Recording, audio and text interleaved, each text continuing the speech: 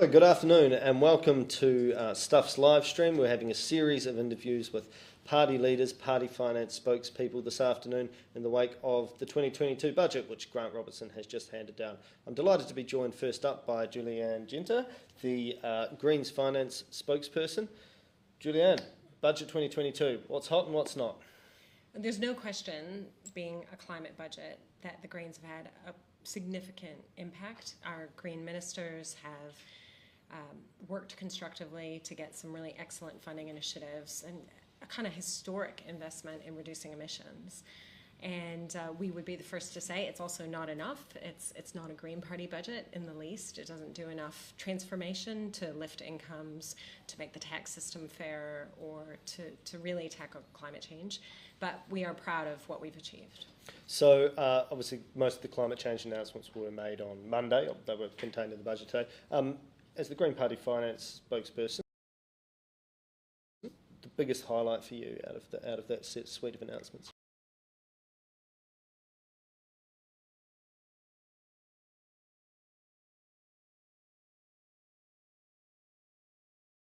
Transport, and that's something the Greens campaigned on and I worked on as a minister last term, so it's great to see that become a reality.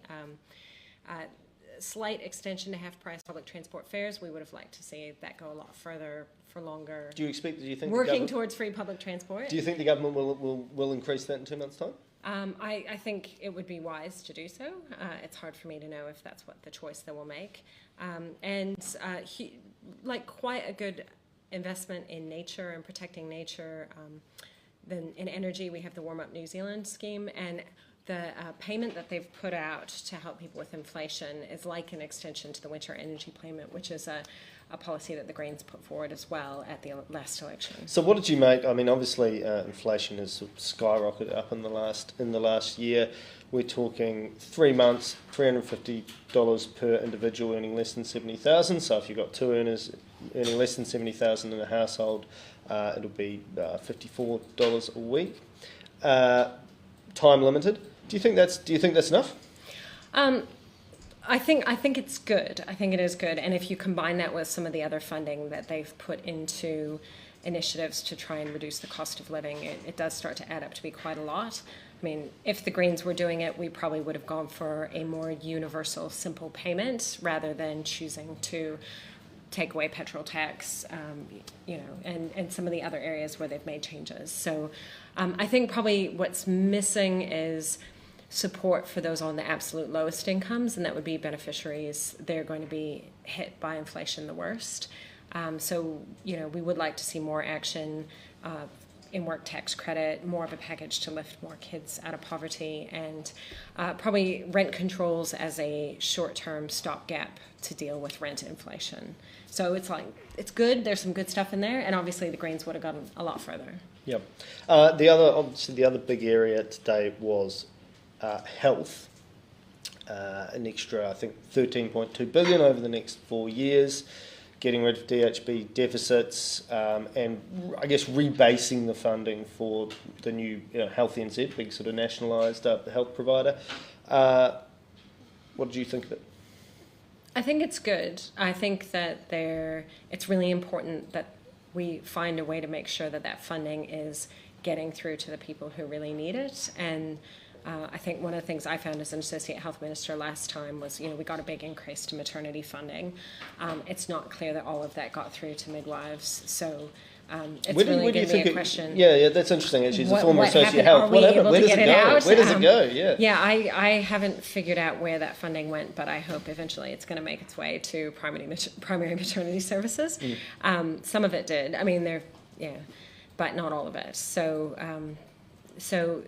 there's no question our health system needs a boost in funding, that health workers are often not paid enough, and so we're struggling to fill those jobs and to get safe staffing levels for nurses. Did you see any evidence? Did you see any evidence in the new funding today that some of that was going to go into wage and salary of the lowest paid employees in the system? Well, we did have that announcement about the admin staff, which I think was quite good. Admin and clerical are getting a pay equity settlement, and so that's going to be a pretty substantial increase to incomes for those people, so that's good. And I would say that while we always think of the specialists, the frontline health workers, and they're very important, the hospitals and health services wouldn't work with administration staff, and so we do need to pay them appropriately as well.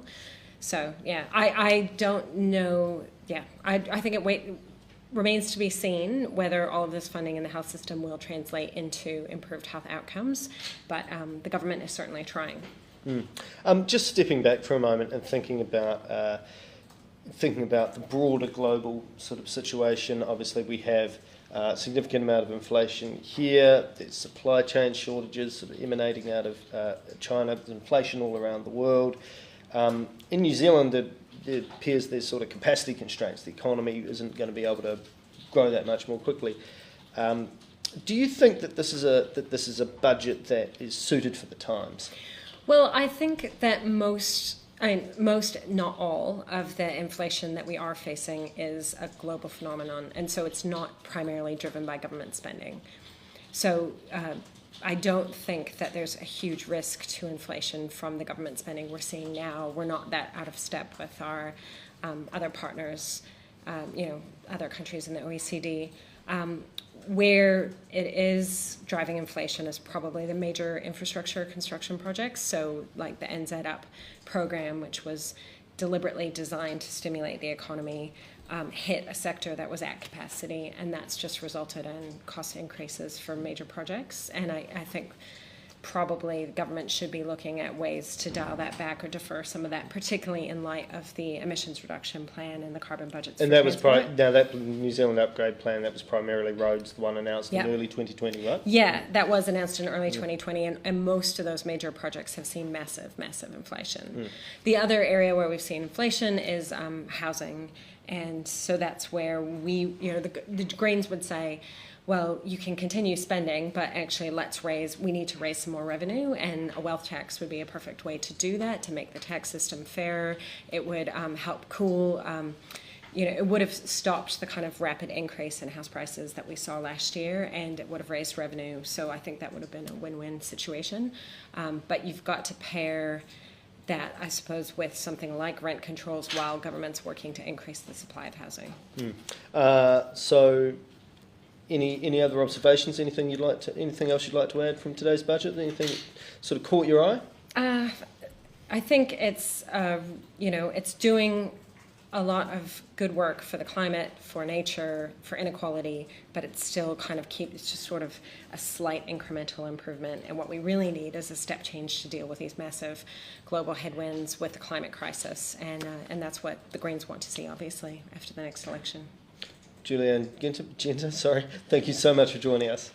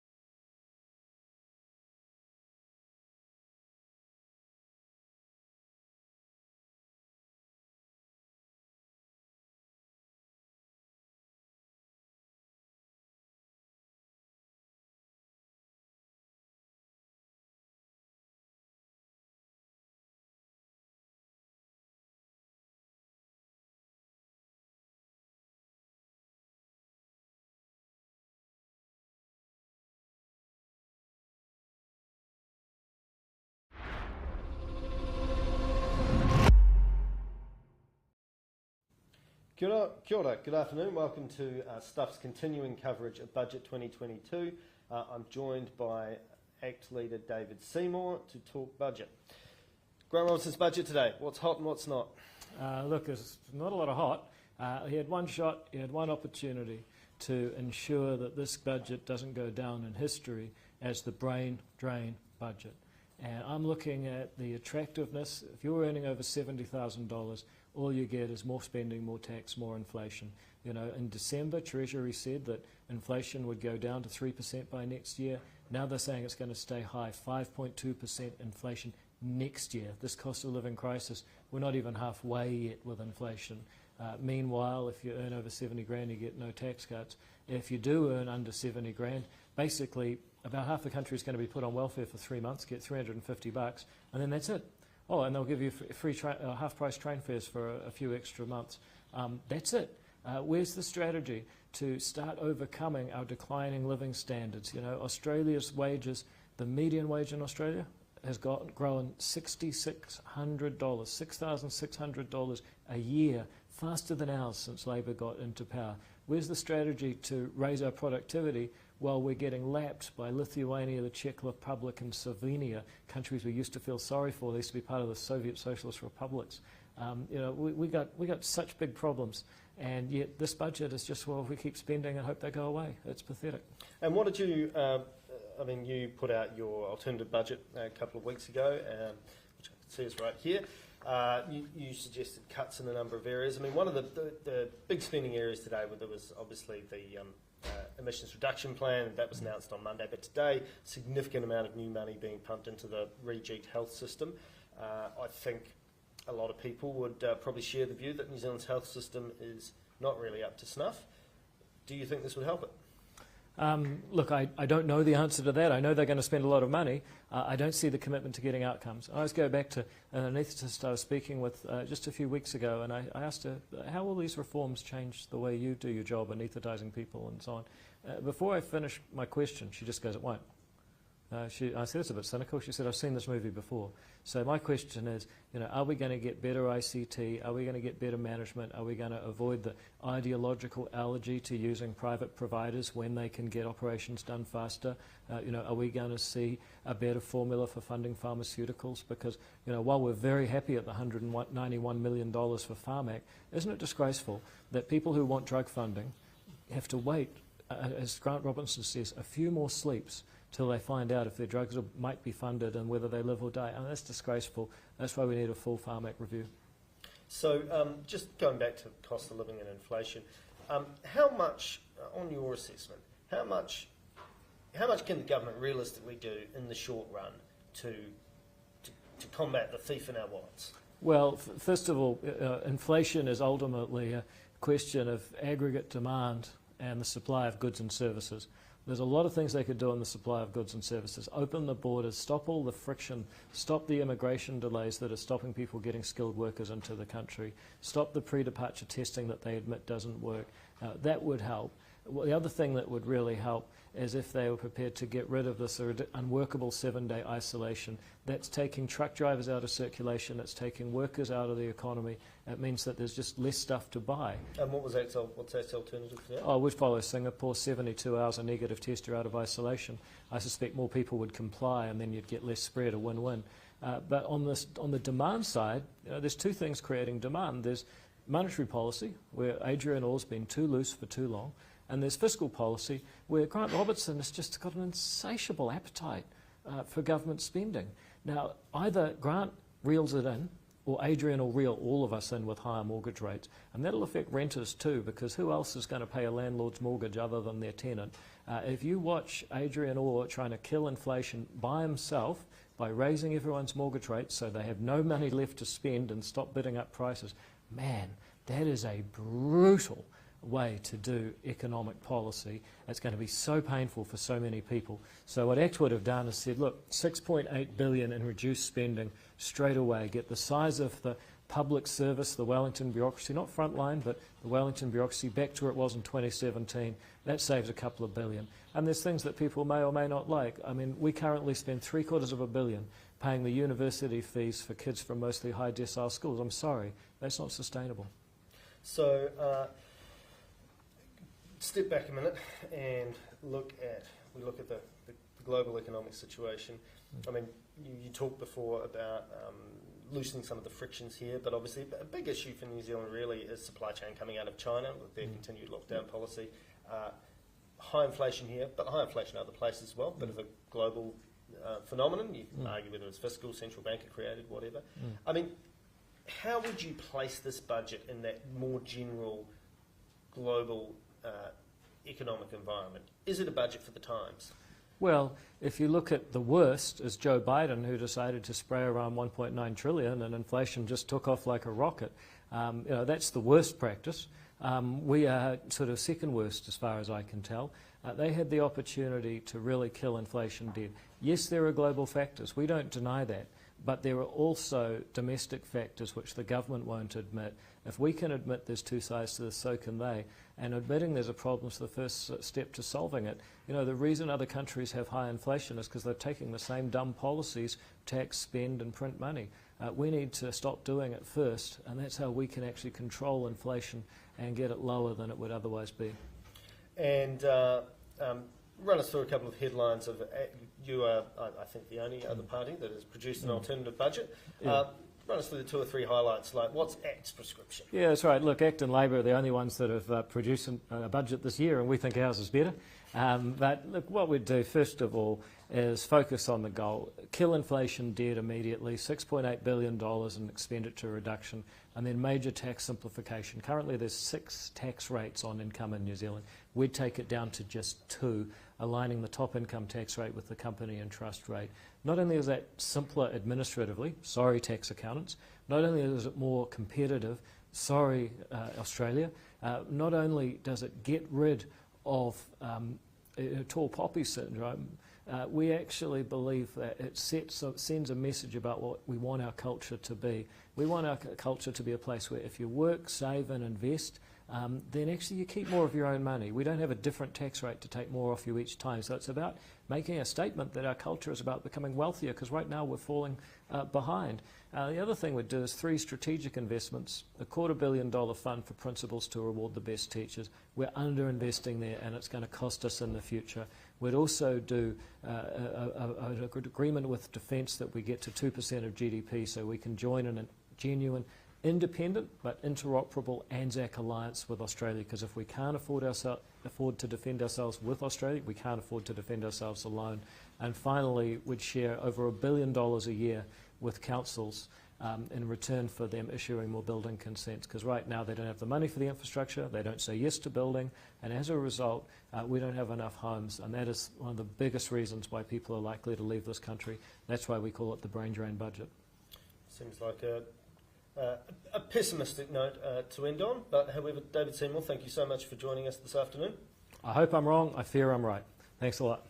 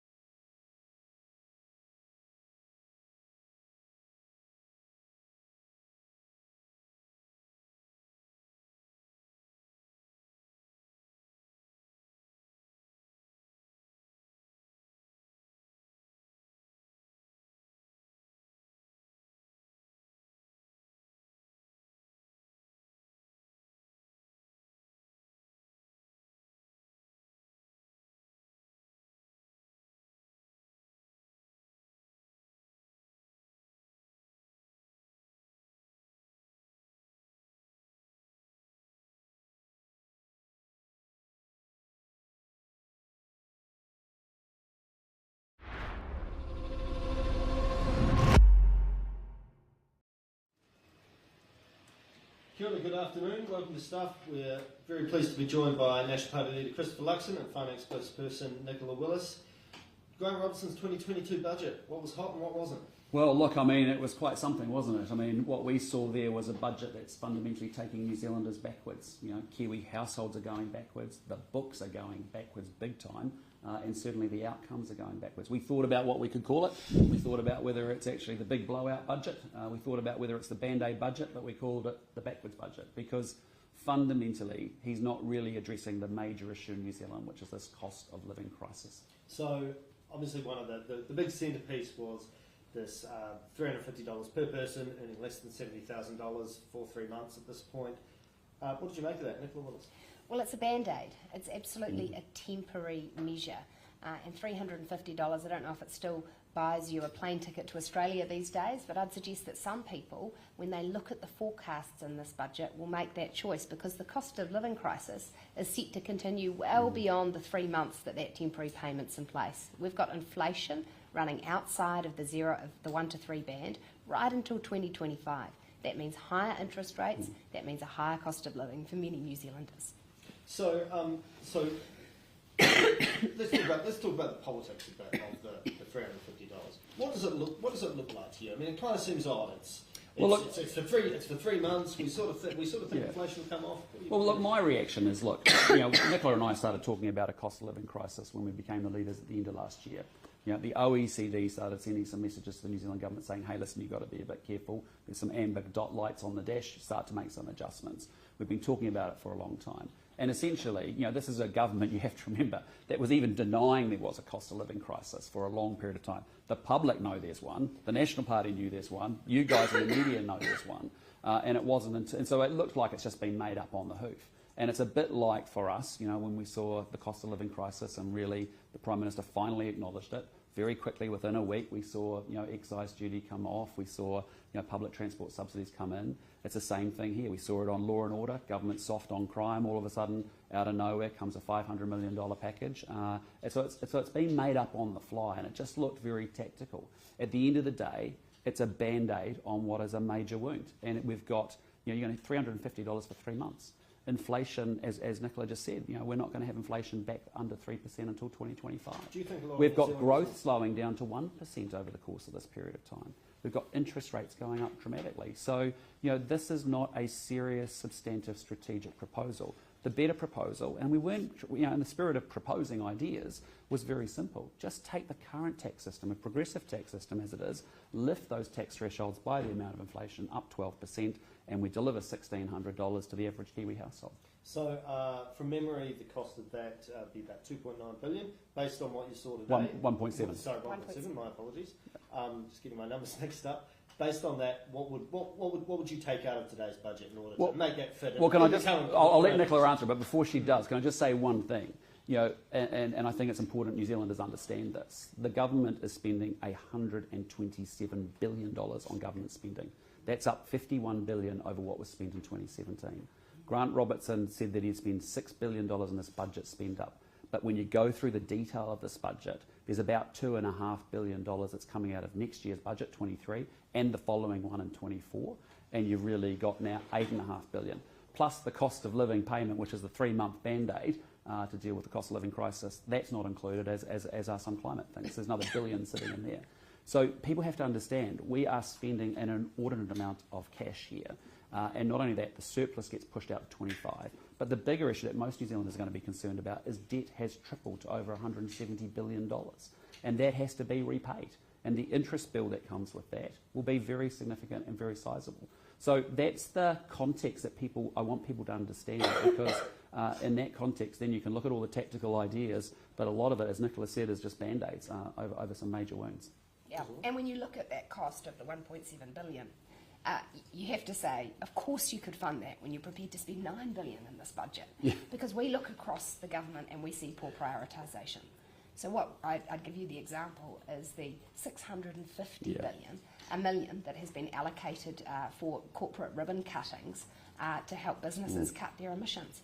Or I'd put you to the example of the tens of millions of dollars that have been allocated to develop new strategies and plans for climate change. Even within the money that's been allocated for police, 200 million allocated for a new firearm register for people who are law-abiding. Well, why not just put in place firearm prohibition orders to allow the police to go after the gangs and the guns that are really causing the problem? So you're saying there's plenty of fat there and you don't need to look too hard to trim? No, absolutely not. I mean, if you look at this government spend on the core public service, that's backroom bureaucrats, they've been letting that wage bill go up 11.5% per year. For contrast, under National, that was about 3.5%, just that personnel cost for the core public service. We'd have that bill coming down. That would save hundreds of millions of dollars. We'd rather see that money in people's back pockets than in an enlarged public service. Just go back to some of the ETS, some of the those climate costs. Of course, they come from the ETS money.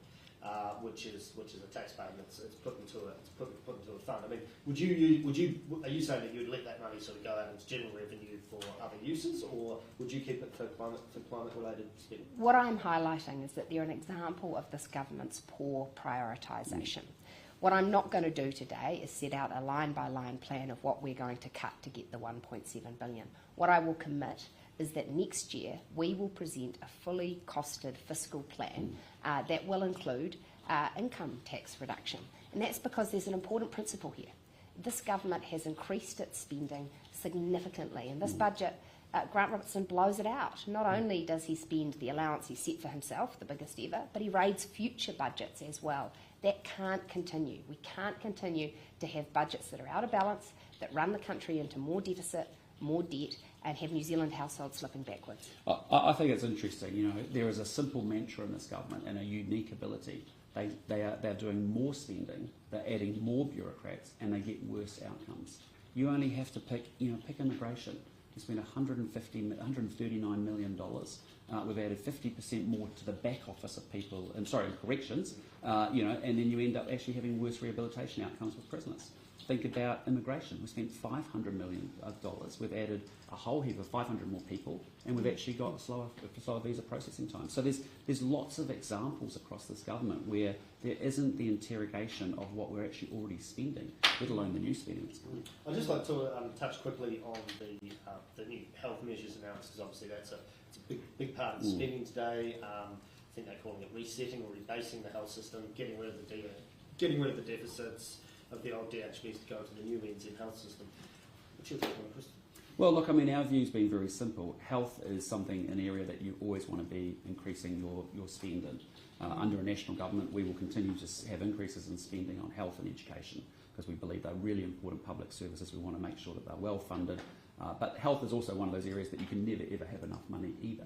But the bottom line here is that the government has removed all health targets. It's actually removed, and a good example for me would be the number of people that are waiting to see their first specialist within 4 months. When they came to power, it was just on 1,000 people. Today, it's in February 2020, just before COVID hit us, it was at 14,500 people, and it's only got worse since COVID. Well, that is a key performance outcome of what you want in a healthcare system. People should be able to go get assessed and see their first specialist within 4 months. Not an unreasonable outcome. And yet, there's no focus on outcomes. What you saw, and I've only had a cursory glance because we had an hour's lock-up from 1 o'clock to 2. We were in the Parliament straight away at 2, and then we've come straight out of Parliament to come and see you. But, the reality is there's just a lot of cost pressures in there. And a lot of it will actually be inflation because the government has created inflation. And so, again, the real worry is that we're going to go through massive restructuring, massive cost pressure increases, and not deliver improved outcomes. We'll build more spending, more bureaucracy, and get worse outcomes. Just on inflation quickly, who's the primary culprit for inflation? The Reserve Bank? Is it the global economy? Is it Grant Robertson? Well, my personal view, we need monetary tools, and the reality of this budget, when you look at it, is that the signal is very clear. The Reserve Bank is going to have to take interest rates up quite steadily and continually for some time because inflation isn't coming back to 3% to 2025. So we've got a lot of pain to go with interest rates. But a big part of it is the bit that you can control in government, because the Reserve Bank's independent, they've got to deliver against that. We personally would like them on a single mandate of financial stability. That's the biggest challenge that's facing New Zealand at the moment is inflation and cost of living. And we think there's a huge responsibility for the government to say we're in a high inflation times. We haven't been in these times for over 30 years. It requires really solid, strategic, thought-through economic management and leadership. Just stepping back for a moment and thinking about You think about high inflation here, elsewhere in the world. Obviously, we've got severe supply constraints out of China. It still appears to be pursuing an elimination strategy with COVID, and we've got this really constrained economy that it looks like basically, particularly with unemployment going to come down to 3%, that the ability of New Zealand to grow is actually going to be it's going to be quite difficult. Where's the growth going to come from? So I guess what I'm asking, and I'd be keen for an answer from both of you, is this a budget that is suited to the times? Nicola Willis, you first. Well, I think when you look at the dark clouds on the economic horizon, when you consider that interest rates are set to rise fast, that inflation's set to be bedded in for another couple of years, and when household budgets are going to be under a lot of strain, you do have to ask yourself, is this the time for Grant Robertson to be going on a record spend up at levels far beyond anything ever seen in New Zealand's history, and to do so putting us more into deficit and more into debt, because there are going to be difficult times ahead, and we certainly think it's really important that we help New Zealanders have more of their money to withstand that pressure, and that the government be doing everything it can to take pressure off inflation and off interest rates. Yeah, and I think for us, when you think about how you fight back against this situation, you've really got to make sure you're removing costs off businesses so you're not adding them, prices aren't going up. You need to make sure you're removing the bottlenecks. We've got major bottlenecks around immigration. It's actually constraining productive growth. And you're right, because by the time we get to 2025, this economy is only growing at 1%. And that's a real worry. That just says that we haven't got the economic engine firing in the right way. You've got the massive focus on new and existing spending, and frankly, you've got to be able to find income tax relief to the squeezed middle. The people that don't get ongoing government support or help, but actually earn too much for that, but don't earn enough to be able to deal with rapidly rising rents, rapidly rising interest rates, rapidly rising food prices, petrol at the pump. So, I think New Zealand, we need the government to understand we are in territory that we haven't been in for a long time, for over 30 years. And when you've got inflation at 7%, we know how it destroys economies. We know how it removes purchasing power. We know how it makes sure that everyone's worse off than they were 12 months ago. And we've got to be able to manage it through that environment. Christopher Luxon, Nicola Willis, thank you so much for joining us this afternoon. Appreciate it. Thanks for your time.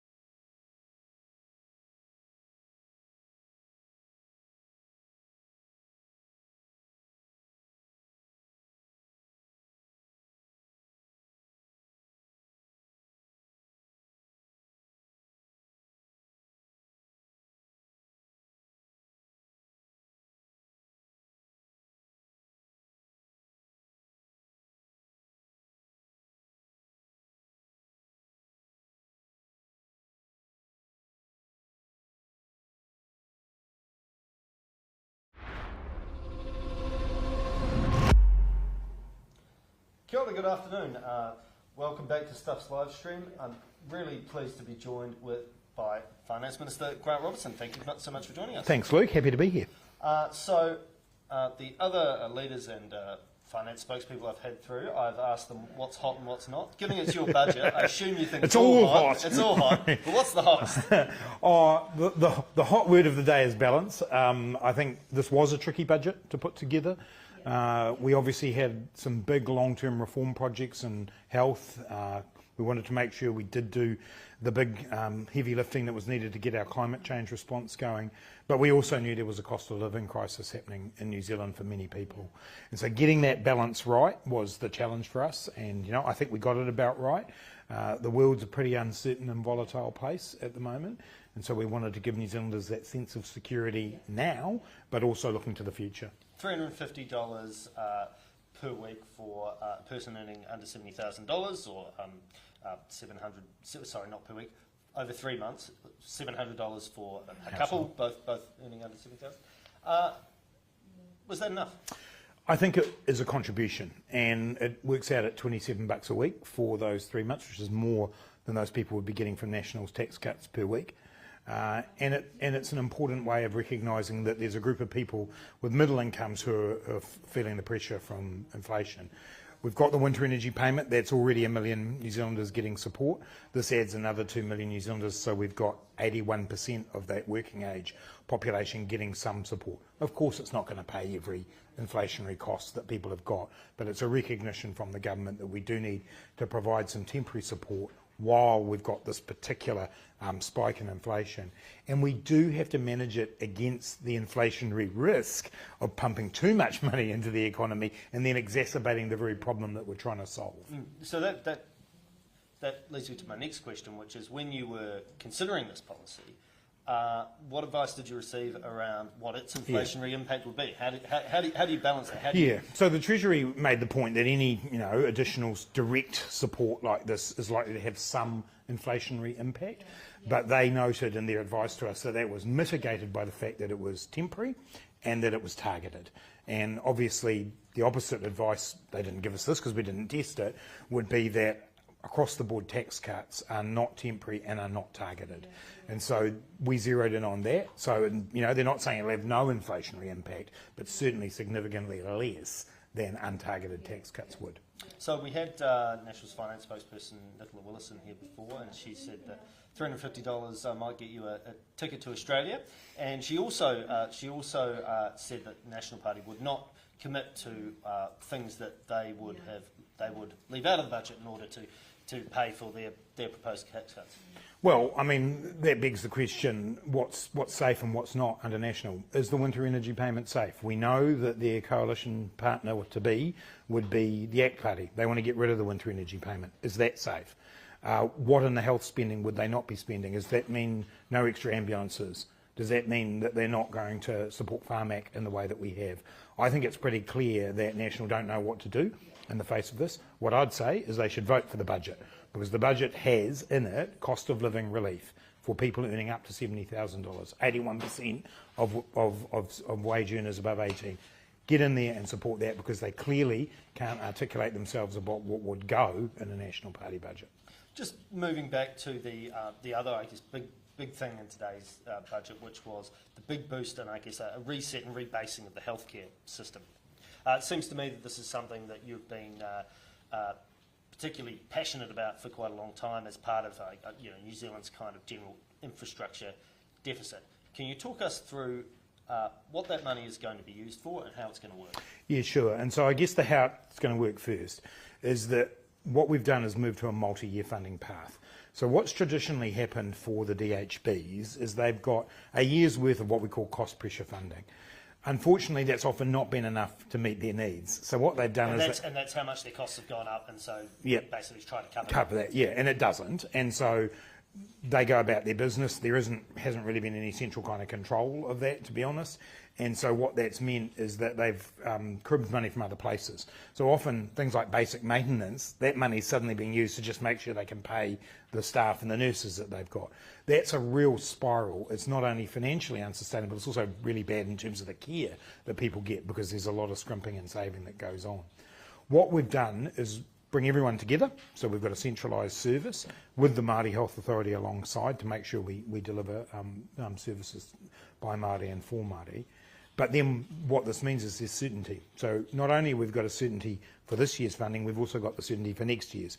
So that means that New Zealand's overall health budget can now be managed. It's significantly increased, so we shouldn't see as many of those unacceptable trade-offs, and we should see more efficiencies. In terms of how it will work, Health New Zealand now sit down and work out how to deliver that. We've given them some guidance in the sense that there's money for what we call primary community care, so locally delivered services.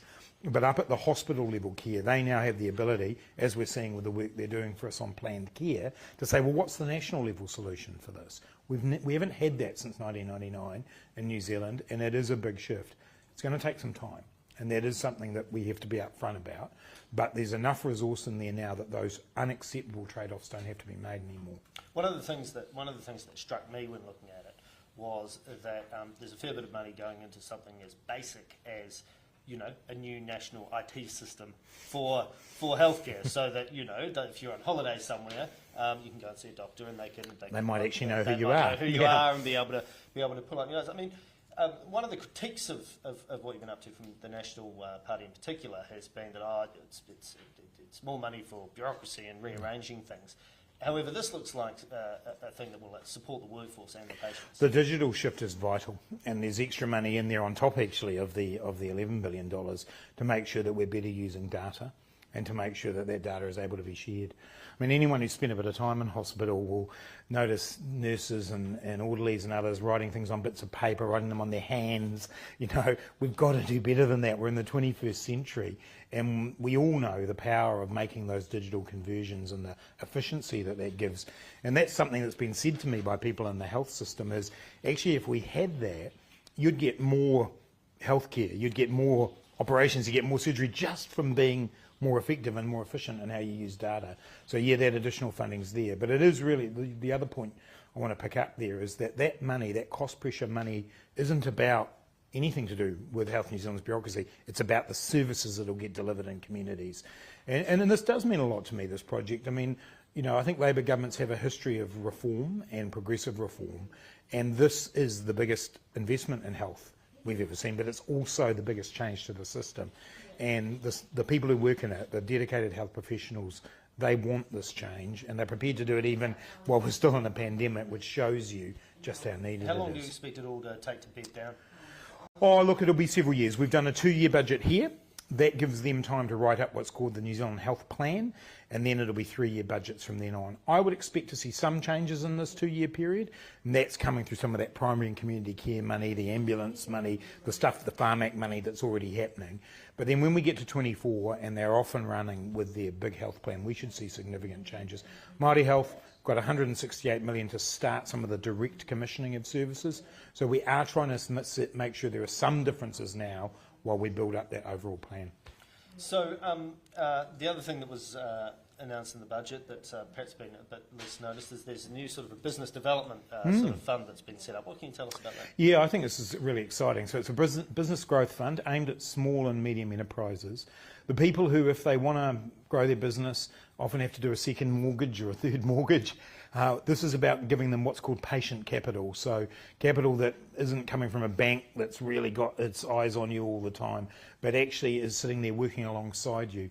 We've got this running in the UK and Australia. In Australia, the government's part of the scheme, working with the retail banks to bring that money together into a vehicle where it's not just that you can get the capital, but you've also got people who can support you, people who can go on your boards, and it's aimed at those businesses with maybe $3 to $30 million turnover who struggle to get the retail banks on board. We're coming in as a cornerstone of this. We're sorting out the details with the banks, but I think it's really exciting. Why do they struggle to get people on board? Is it risk or what? Yeah, it is. It's fundamentally risk, and it's because I think in New Zealand our culture of lending to some of those small and medium enterprises just hasn't been good, and it is about being, a bit more patient about where they're going to go. And being able to wear some of that risk in a shared way rather than individually by bank. Just stepping back a minute and thinking about the global economy. Well, one of the things that came across in the documents that accompanied the budget is just how uncertain things are at the moment. We've got a global inflationary environment, and there's many different explanations for why that might be. But what I'm interested in is, why do you think that this budget was the appropriate budget for this point in time? Yeah, I think it's because while we've invested significantly in a number of things, we've also been fiscally careful. I mean, our spending as a percentage of GDP is coming down, heads back towards 30%, which is about where New Zealand's been for a long time. So we've left ourselves the fiscal headroom if the worst happens and we've got to step back in again. But we've made targeted support available, and we've got on with the job of some of these longer term issues. So it's about that balance issue. That's why I think it's the right time. This is a hugely uncertain time. I mean, some economists are simultaneously arguing or arguing that we're in this terrible inflationary environment, but we might have a recession and you might need to step back in. In that environment, a budget that's carefully balanced the way it is, I think, is the right way to go. And just more broadly, and this predates the financial crisis, the pandemic. Yeah. Has been that the New Zealand economy very constrained people, supply chains. It's people, plant, equipment. The whole joint's just constrained, and it will struggle to grow a bit. So how do you put that in the hopper and think about that? Yeah, I think that clearly is the case, and I'm not going to deny that. But I think we are now moving to reduce some of those. So the immigration rebalance means we are seeing people come back in. Treasury's forecasting 20,000 net migration next year, 40,000 by the end of the forecast period. So we're starting to deal with some of that. Those supply chain constraints are tough, and the government's into construction and building as much as anyone else is, and so we're seeing those cost pressures there. So we have to be patient as well. We've rephased some of our projects, we've rescoped some of our projects just to make sure that we actually can deliver them. But again, one of the things that's bedeviled New Zealand over decades is stop-start investment. And we've committed ourselves to significant infrastructure investment because actually it underpins improving productivity. So, yep, we're all facing that same uncertainty, and we've just got to back ourselves to be able to manage our way through it. And just finally, what is the single thing, large or small, that you're the proudest of? Well, it's going to sound trite, but I am proud of the balance. Each budget that I've done's had something different about it. Those 2020-21 budgets were crisis budgets, but ones that I was really proud of the fact we got New Zealanders through COVID. This is a budget that supports New Zealanders in the here and now, but tackles some big issues, and I'm pretty happy about that. Grant Robertson, thank you very much for joining us this afternoon, and enjoy the rest of your media appointments and no doubt the sales pitch you'll go on for this budget for the next week. Just for a little while. Thanks, Luke. Thanks so much for joining us.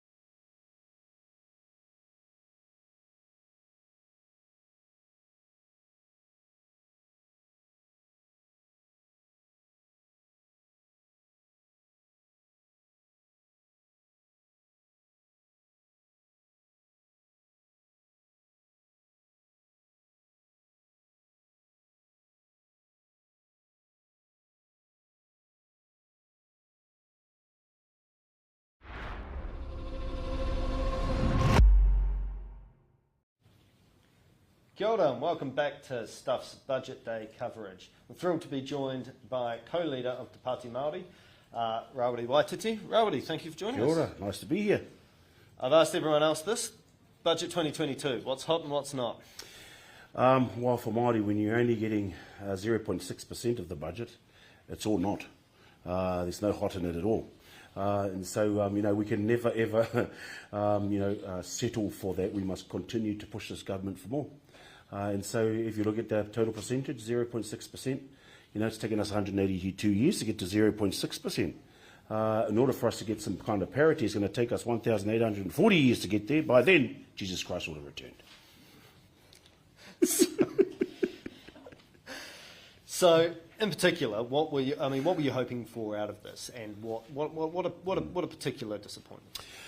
Well, the biggest thing for us is that 0.7% of the health budget is going towards the Māori Health Authority. This was the biggest health reform we've seen in a century. And so they had an opportunity to really make a difference to Māori lives who die 7 to 10 years earlier than everybody else. We had an opportunity to realign health inequities, to allow our people to live longer, our people to thrive. And I'm sorry, that particular funding for that, I'm grateful that we've moved it out of the the bureaucracy that it's sitting under at the moment, and into a more streamlined Māori kind of process. But it's in comparison to the full vote health budget, it's actually only crumbs. And is this? What's your sense? Is this the start of it? Would you expect that there'd be more in the coming years, or do you think that this, I guess, shows a government that's very happy to pay lip service to the idea, but won't put its money where it feels like that. It feels like lip service at the moment, because we know what the issues are. We know the mortality rates. We know that we're highly represented in the high statistics in diabetes, in cardiovascular disease, all of those types of things. The data's already there, so we're not starting from scratch. But we had an opportunity to really hit these reforms hard and fast to start closing those inequities and start giving a true and meaningful life for those who are more affected. And unfortunately, that is Māori. And so, the Māori Health Authority had an opportunity to do that. In terms of justice, we need to be funding more preventative and educational programs, reconnecting our whānau to their communities, to their whānau, to their marae, to their culture. And instead of that, we've put more investment into police and the arming of different units, which means more dead Māori on the streets. We just have to look at what chaos. We just have a look at the amount of Māori who have been shot at the hands of police have been Māori. The increase of Māori in prisons, where now 55% has gone up 2% since 2019 of the male prison population. The female prison population is 64%. It's the highest in the world. And so, we're putting money in the wrong place, and we should be trusting. Did the government not learn through the COVID-19 pandemic that Māori, by Māori, for Māori solutions worked? And we were hoping that they would do that. But unfortunately, they've missed the opportunity to take devolution, to take a by Māori, for Māori approach, and to allow Māori communities to come up with their own solutions to the problems and the dysfunctions that the system has created. How disappointing is this, given the fact that Labour's got the biggest Māori caucus that it's ever had? Are they delivering for Māori? Well, the thing is, if going up if it's an increase from last year, where we got 0.3% of the budget to 0.6%, well, you could say yes. Well, it's doubling. We're doubling. We're going up an incremental, but it's less than 1% of the total budget. It is still unacceptable for us to be, saying that the budget is hot, when in actual fact it is not. And so we continue to put chocolate sprinkles on a vanilla cake. We want a chocolate cake, and we want to be able to put vanilla sprinkles on it if we feel. But at the moment, we are continuing to eat crumbs from a vanilla cake, and now and then we put chocolate sprinkles on it, as you've seen some of the kaupapa that come out today. And so we've called this the vanilla cake and chocolate sprinkles budget. I like that. Do you? The other big thing, obviously, that was announced in today's budget was the $350 over 3 months for people earning less than $70,000 a year as a cost of living sort of relief package. What's your view of that? Did that go far enough? Oh, it should be end, and so we were pushing to take GST of kai.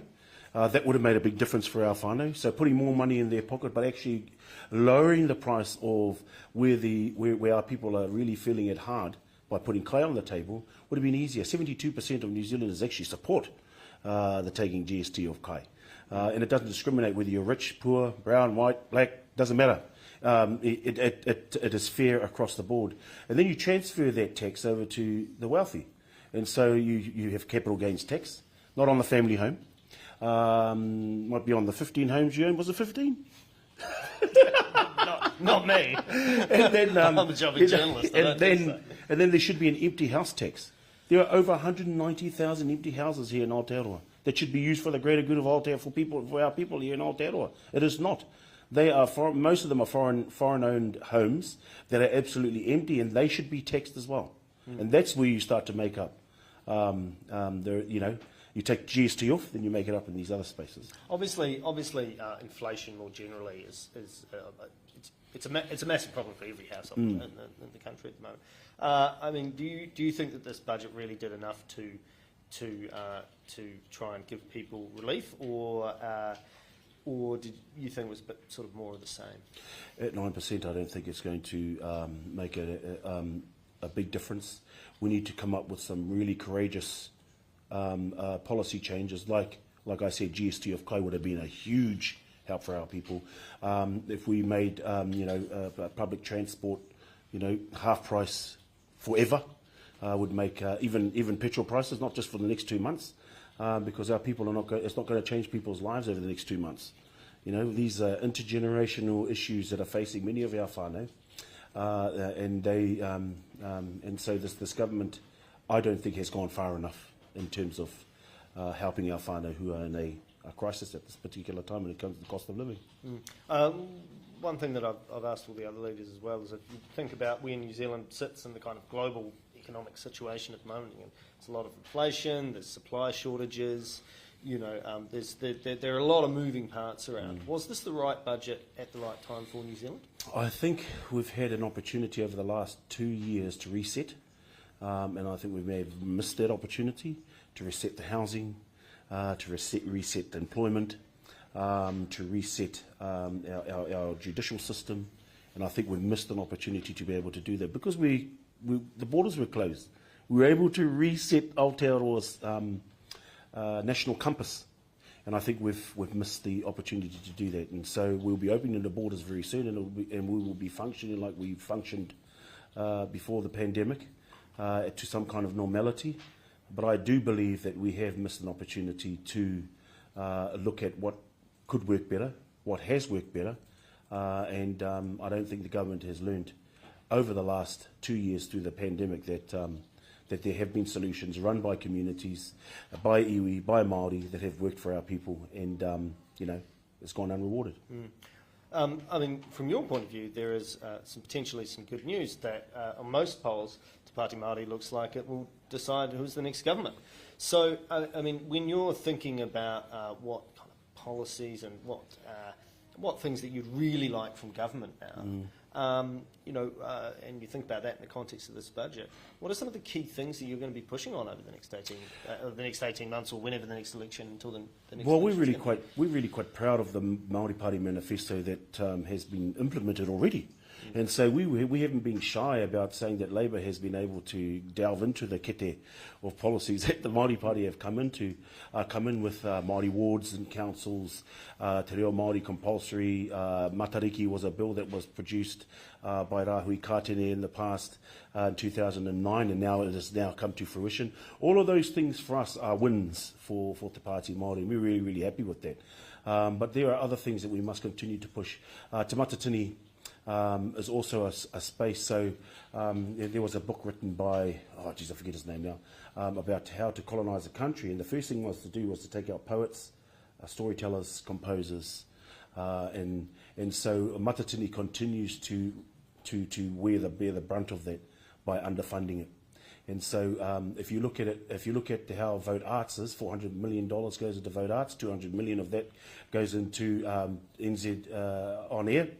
TV New Zealand On Air, 90 million goes into New Zealand Sport, 1.9 million goes into Te Matatini, who is third in terms of audience capture. It is second in terms of participation to New Zealand sport, and it only gets $1.9 million. It's got an extra $1 million here, but it's still well and truly underfunded for the expectations that it has. And so that would be definitely one space. We've got members' bills.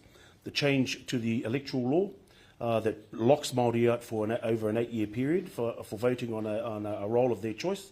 That is also something we're very, very passionate about. Also banning seabed mining. All of those things are a priority for us heading into the next 18 months. Plus all of the other Māori Party manifesto that you're more than welcome to go and have a look at. I would love to refamiliarise myself. Just coming back to the budget. Do you have any? I mean, this will sets the direction of travel over the next 12 months. Is there anything else you'd like to add? Look, we're pleased that the whānau ora has been rewarded with an injection of $160 million of new funding, and that's that to me is to say to our whānau ora providers out there who worked tirelessly and haven't really had a break over the last 2 years. It's still those are the social programs that work. They work amongst our communities, and so that's something I think is a positive out of this particular budget. But like I said, when you work it all out, 0.6% is nothing to jump for joy. Yeah. Rawiri, Waititi, thank you so much for joining Stuff this afternoon. Thank you for having me. I don't know if it would be the last.